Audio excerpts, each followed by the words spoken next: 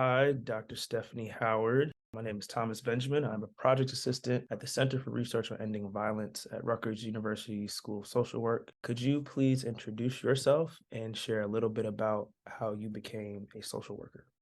I'm currently an assistant professor with the School of Social Work at Norfolk State University.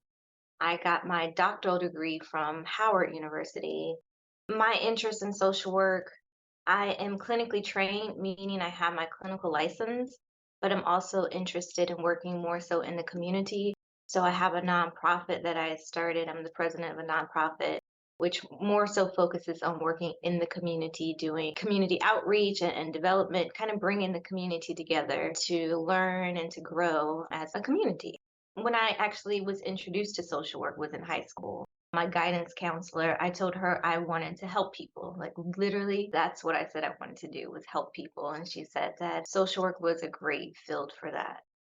So I went to my undergraduate program and studied social work, and I didn't know what exactly I wanted to do. I just knew I really liked social work, just like the material that we study and the different perspectives. It really resonated with me, but I couldn't see myself in the field. So I went to my master's and I got my master's degree in social work, and I still could not find myself in the field.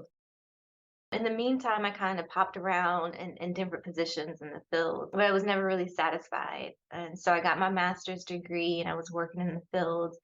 And, I realized, listen, I love teaching. So I'm going to become a teacher in social work. And so I decided, you have to get your doctoral degree. So I applied to a school and they rejected me. They said you have no research interest. And I was like, well, that's true because I don't know what research is. So I went and started working for a clinic, getting some experience with a research project, and I fell in love with research. And so then I went to Howard and I learned about the Black perspective, and it was really transformative. It really transformed my whole understanding of social work itself. And so now here I am. That's my story. And where did you say you attended undergrad? I went to VCU, Virginia Commonwealth University, and then I came back. Actually went to Norfolk State University for graduate school. So I kind of bounced around a little. So you mentioned the Black perspective, and could you briefly explain what it is and why it's useful in clinical social work? Sure, absolutely. The Black perspective is the pedagogy for Howard University School of Social Work. So it's their way of teaching what social work is and how students should practice in the field. It's an emphasis on the specific needs of Black communities, with also being responsive to other oppressed and marginalized communities. And so they teach you about the needs of communities that have historically experienced oppression and how we need to really be sensitive to those specific needs. And that is, it seems like social work should do that naturally, but unfortunately, what we see in social work is that there is more of a perspective on the needs of individuals who are suffering, but from a more individualistic perspective, and not really focusing on the broader community and the collective shared traumas and history and how we can address that. And so for the Black perspective does a really good job of orienting you to the history of marginalization and oppression and how it fundamentally changes communities and how we can be really responsive to the specific experience of oppression. So Howard does a really good job of training you to do that. I was trained from the Black perspective at Howard University, though there are other Black perspectives. Before you entered Howard University, were you at all aware of the Black perspective? And if not, were you aware of any other African centered or Black centered I was not. philosophical lenses? I was not. Unfortunately, in major texts, there is a gap in terms of Black social workers and what they've contributed to the field. I do have an article that talks about historical Black social workers and how their perspective was very different from the majority field. And so they did more emphasize community work while the majority emphasized more individual work and clinical. So, how does using the Black perspective help a clinician establish something like therapeutic alliance? Oh, that's a great question. Whether you are a person of color or not, race is the elephant in the room. And the Black perspective really does encourage you to be bold in terms of addressing race and to be sensitive and mindful that it can be an emotional topic, but it does encourage you and help you to develop the comfort in talking about racial issues. Really being direct and addressing it head on is one of what comes out of the Black perspective. And that helps to open the door for clients to talk about racial issues or issues that are closely related to race. It helps them to feel like more of their humanity is present. They tend to feel more closeness. Actually, I wrote I wrote another article about, so I was really interested and knowing what Black clients, what their feeling is about race in therapy. So I did a search of tweets. I looked at specifically people who were talking about the racial identity of their therapist and kind of assessed what that meant to them. And so I came up with these different themes. And one of the themes was that it did make them feel closer when their therapist was able to say, listen, eh, was able to understand the racial factors, and it was addressed directly, and they felt comfortable having discussions about race related issues. So it makes you feel more human and more familiar and more intimate when race is addressed, when you have a Black perspective that really is direct in confronting the matter of race. So, there are six established principles of the Black perspective, one being affirmation, second, strengths, third, diversity, fourth, vivification, fifth, social justice, and sixth, internationalization. Which of these principles, if any, seem to best reflect the objectives of an observance period such as Black History Month? Oh, interesting. One that jumps out at me is vivification, bringing life to the history and the culture and the experience of being Black in America. And I think that's what Black History Month is designed to do. We've experienced so much hardship as a community, as a collective, but Black History Month to me really does mean celebrating our lives and our history and our strength and resilience. And so I think certainly that speaks to the principle of vivification. On its surface, the Black perspective may appear to be a philosophical lens intended for application to Black clients. Could you share how this social justice practice approach is beneficial to identities outside of Black racial identity? Sure. So certainly marginalized communities, communities that have experienced oppression could benefit from this perspective. So minority communities, religious minorities, LGBT communities, but also even looking at being intentional in addressing race also means helping white communities, white people who identify as white, to recognize how they've been impacted by race. I mean, racial injustice, because it doesn't just impact Black people. I'm not saying that it impacts everyone the same. That's not true at all. But white people have been negatively impacted by racial oppression. There's a author, I forget his name, but his book is My Grandmother's Hands.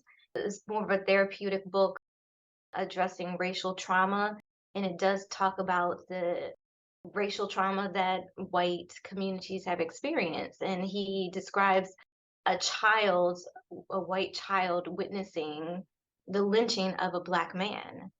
And that's traumatic for a child.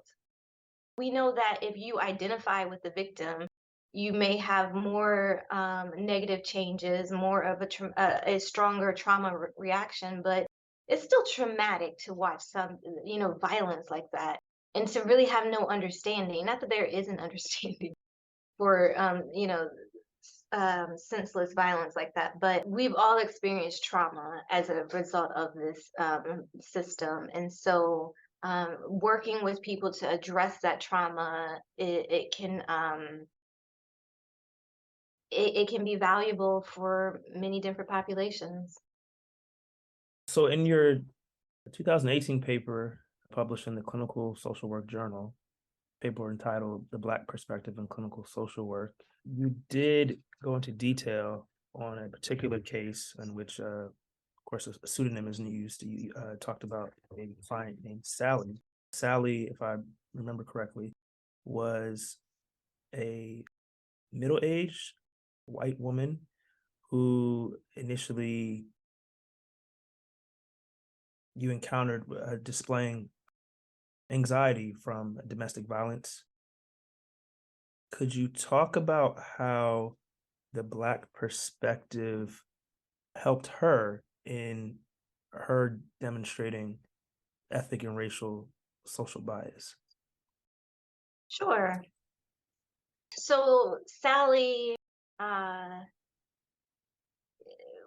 was interested in working through some of her bias, and she recognized that it was impacting her relationships with her family. It was nearing her network, her social network.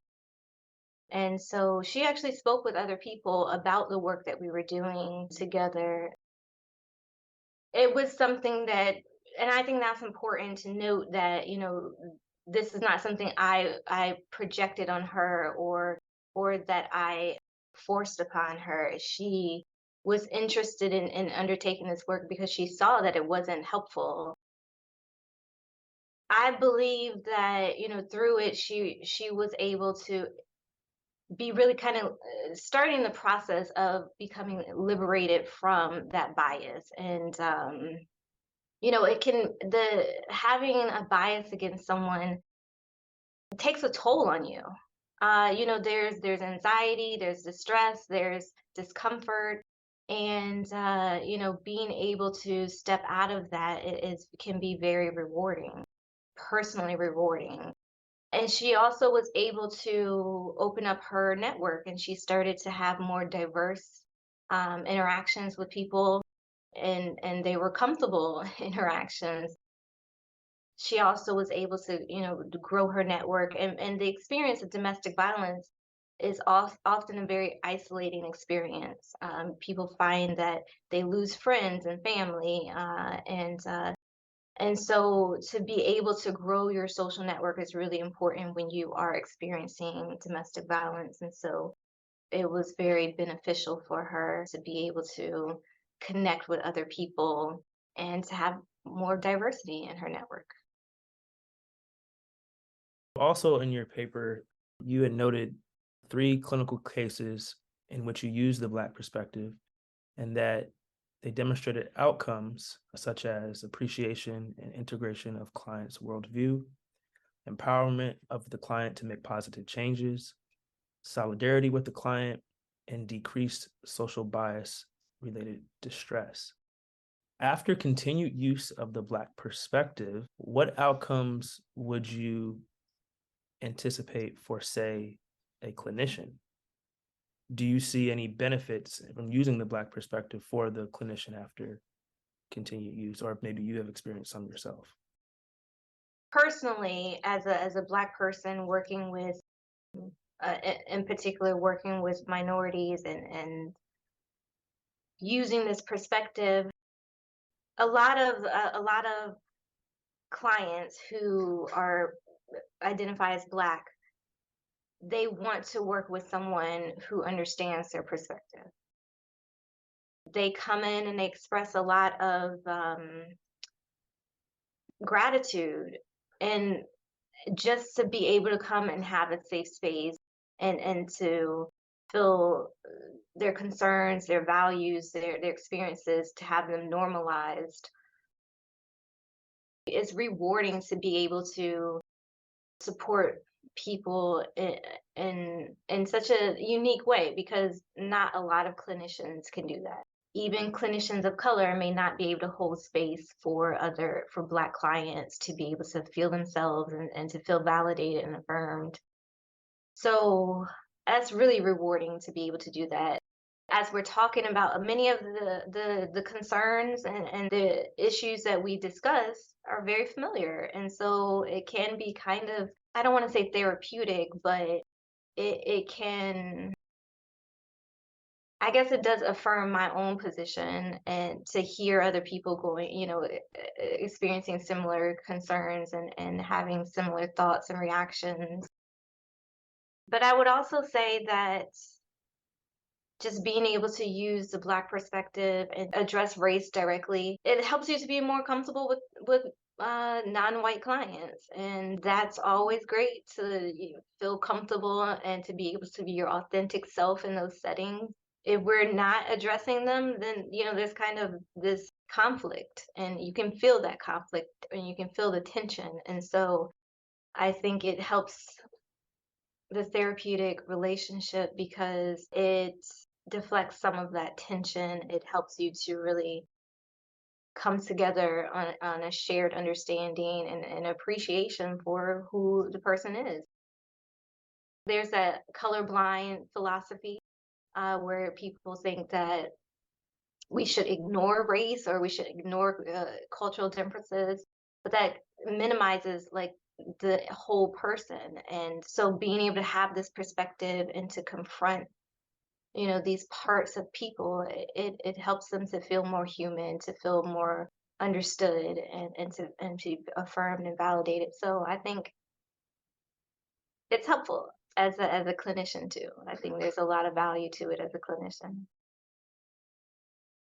Have you ever talked to a non-Black social worker and their experience using the Black perspective?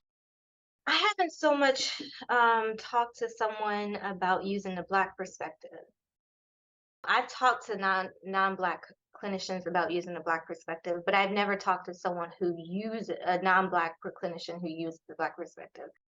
The closest is I had a colleague who identifies as a feminist and uses the feminist perspective, and they are very closely aligned. And so we wrote an article together actually because we share very similar philosophies. So we were able to collaborate on an article about using a social justice perspective in the field. It's very similar. If a social work student wants to use the Black perspective, whether it be in clinical practice or in their undergraduate or graduate studies, but the Black perspective is just not part of their social work program curriculum, what Mhm. can they do? Well, it's always recommended that you supplement your studies with Black studies or readings from minority scholars. That's just a good practice in general. So you have your main textbook, and then you supplement with some other readings from different perspectives. So that can be helpful. But I would also, try to connect with some scholars or practitioners who share that perspective. I believe in like mentorship. And so, having a good mentors, I mean, you should have many different mentors, and particularly when you're working in the fields. But I think, a mentor who is familiar can help you to grow in that area. And I would also recommend engaging in the culture. So we as social workers, we believe in continuous learning. And so we're always learning as an expectation, regardless of what level of practice you are in. I believe that an area where we should always be learning is in terms of culture, and we should be intentional in engaging in different cultures. And so I think that's also just making a point of engaging on a regular basis with Black communities and Black culture or other cultures and communities that we serve, that can also help to inform us and so that we can be more culturally aware and sensitive to the needs of the communities we're serving.